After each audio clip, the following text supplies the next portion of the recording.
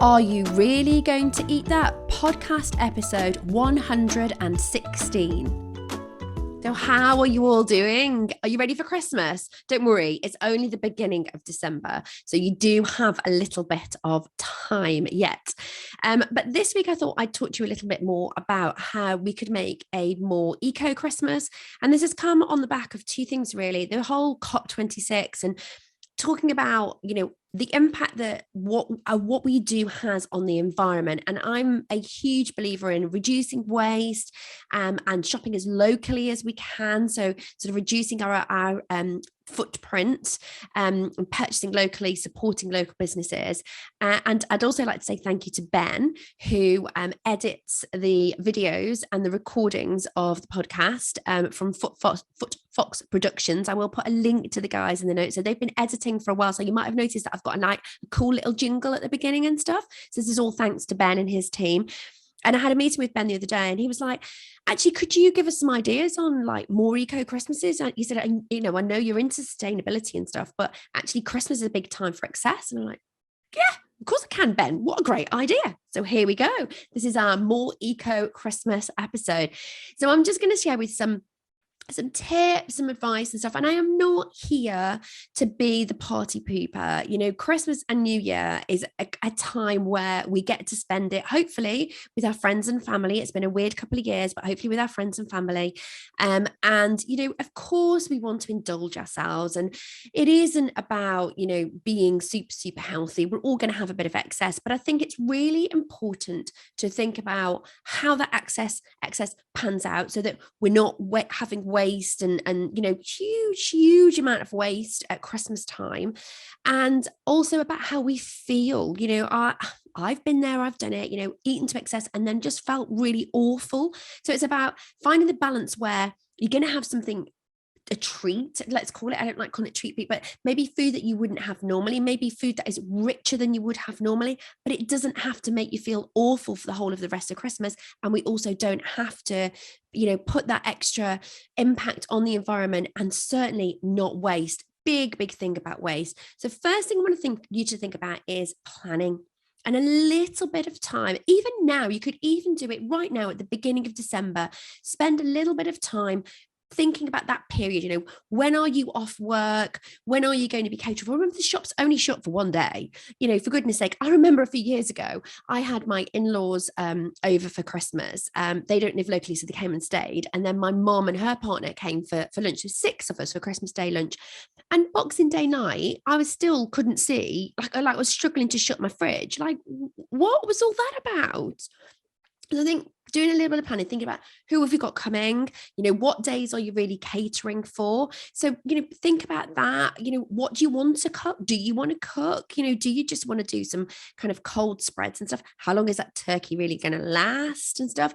And think about what you really need to buy. And my other real top tip is to leave some gaps in there, because invariably, the kids might get chocolates for Christmas, selection boxes and things, or you might get some chocolates for Christmas. You might overindulge. I know that certainly my Christmas Day lunch is never quite the time that I planned it to be. It's quite often a bit later than I thought, and so you end up not eating 3 meals, or you've had your starter and your main for your Christmas lunch, and actually you don't want the dessert, so you have that as your kind of next meal kind of thing. So I would also build in some gaps into that plan. You don't need to cater for someone breakfast, lunch and dinner for 5 days if that's how long you've got the family. You just put a couple of meals in every day, because you will have stuff. So make that list.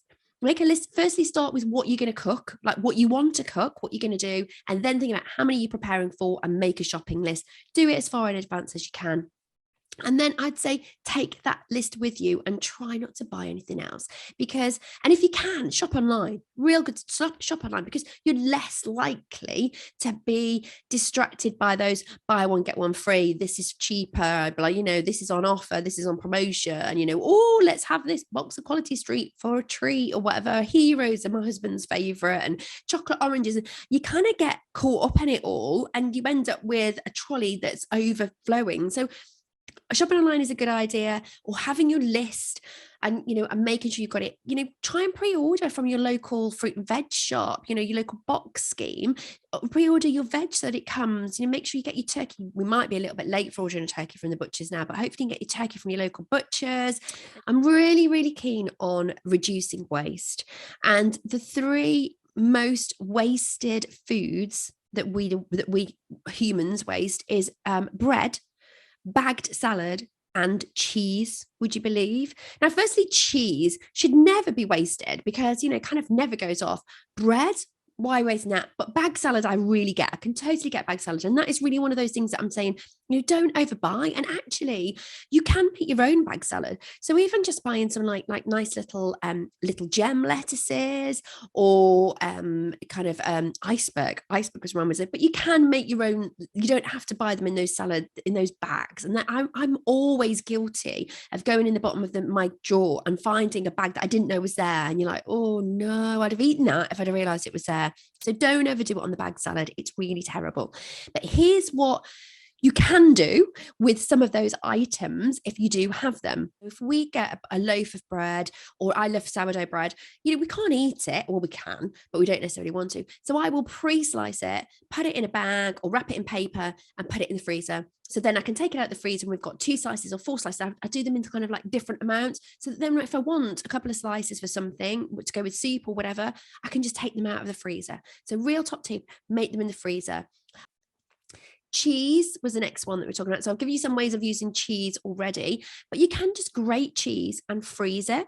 And then you can use it on sandwiches, bit on a bit of soup or something, or toasted cheese, which is what my husband loves, cheese on toast. It's his kind of like favorite meal of all time. He would live on cheese on toast if he could do. And what I like to do is, if you've got leftover veggies from Christmas Day, so I quite like, I love leftovers, but what I quite like to do is take the leftovers and put them in like a rattan dish and make cheese sauce. Because I've often got, if you've had cheese and biscuits on the sort of the night time, you've often got like little bits of cheese like that you can't really perhaps put on the cheese board again. So just make a cheese sauce with literally you can put any cheese in. So if you've got smoked cheese, if you've got blue cheese or anything, you can just put all of it in to make that cheese sauce and pour it over the top of your leftover veggies and potatoes if you've got them, and put a bit of grated cheese on the top. You can then just freeze that, and then you've got a lovely gratin for another day, next week or something. You've got that, and you could put some breadcrumbs on it as well. There you go. There's another one. Use some more bread up, bit of breadcrumbs and some cheese on the top, and it's a really decadent dish, and you've used it from all of those leftovers that you've kind of got. So one of my favorites actually, and then I'll just pull it out of the freezer and I'm like, oh, I've made this it's like cauliflower cheese basically, but a bit posher. And so that brings me wonderfully to the leftovers. So leftovers can really be meals for a king. The first thing that I would encourage you to do is to keep your bones. If you were cooking a turkey, a whole turkey, or even just a turkey crown, is keep the bones and make bone stock, make bone broth. It is the simplest thing to do. If you have a slow cooker, you can do it on the hob. If you haven't got a slow cooker, you just leave the hob on it really, really low. I used to have like a little plate thing that I had a gas hob. So you put it on the gas hob and it just like, I think it's called a diffuser plate or something, or you just have your hob on one. And you have to do it in the day when you're there. Whereas the thing with a slow cooker is you can just leave it on whether you're in or out. So do it in the day over 12 hours or as long as you can. So put it on first thing in the morning and cook it for as long as you can. Just water, the biggest pan you've got, put all the bones that you've got in. Basically, I keep all my bones from everything and freeze them. And so my freezer is either full of bones ready for stock or full of stock because I've just made them. And I put them all in a big pan, cover them with water, a carrot, some bay leaves, some peppercorns, a bit of onion if you've got it. If you haven't got anything, just put water in it. But a bit of kind of seasoning helps it. Let it cook down for as long as you possibly can. And then strain it, and you've got lovely homemade stock that you can make soup with. So that beautiful soup that you've got will have an extra element. And there has been lots of research around this. So that kind of chicken soup, that Jewish chicken soup that is often sort of said, oh, this is like a cure for colds and stuff. There's been a lot of research around it, and it's to do with the collagen that comes out of the bones.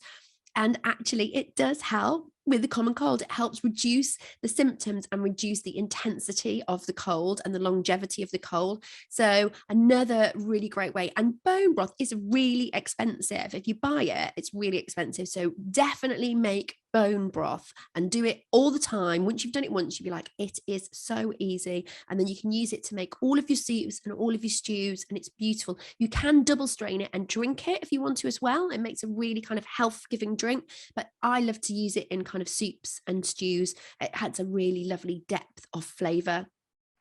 And then I would say kind of rethink your leftovers. So like I said to you, that kind of making the cheese sauce and then adding and then just covering over your leftover veggies is a beautiful gratin. And you can sell that. What have we got? Oh, we've got a lovely cheesy gratin for tea tonight. You can, it's not like, oh, I've got some leftover sprouts and I chucked a bit of cheese sauce over it. Sell this. You've worked hard to do this. I personally prefer bubble and squeak to mash and cabbage. And I will make mashed potato and cabbage for hubby, and I'll probably have the cabbage, I have a bit of mash, but for me the best thing is when I make little cakes. I make kind of like little potato cakes out of the mash and the cabbage and any other veg that I've got. Dust them in a little bit of flour and pop them in a frying pan, fry them off. You've got to warm it, make sure you warm it through, that crispy out coating with a fried egg. Oh, I am in heaven with that. I love it. Turkey, great leftovers, really great leftovers. Turkey sandwich. I make a lovely turkey with courgette with a really light kind of creme fraiche sauce with it, with peas and things in there. That's a really nice kind of light dish for Boxing Day or the day after, when you've kind of massively overindulged, unless you've of course listened to me and not overindulged, but I know you're gonna. And actually freeze it. Remember that you don't have to eat it all in one go. So freeze it for New Year, rather than give everyone sort of like, I can't stand turkey anymore, turkey overload. Just put it in the freezer. Make, kind of for a rainy day, for a nice rainy day. So I hope that's give you some ideas. So there we go. So a few tips, I think, to help you kind of reduce your environmental footprint, still have lots of fun at Christmas, reduce your waste, and optimize your leftovers. And I hope I've given you some sort of tips around all of those. And this really is for us to be thinking about how we are impacting the environment overall. And all these little things, these little changes that you can make, just as simple as cooking something else in the oven when it's on, freezing your leftovers, not overbuying food, is such a simple thing that we can all do, which will massively have a positive benefit on the environment and on our impact on the environment. If we all do these things, it's going to make a huge change. So have a wonderful Christmas and New Year. Enjoy it, overall enjoy it. But yeah, just think, what changes can you make that will positively impact the environment? That's it from me. All I've got to ask you for now is, what have you got for tea? Is it some leftovers?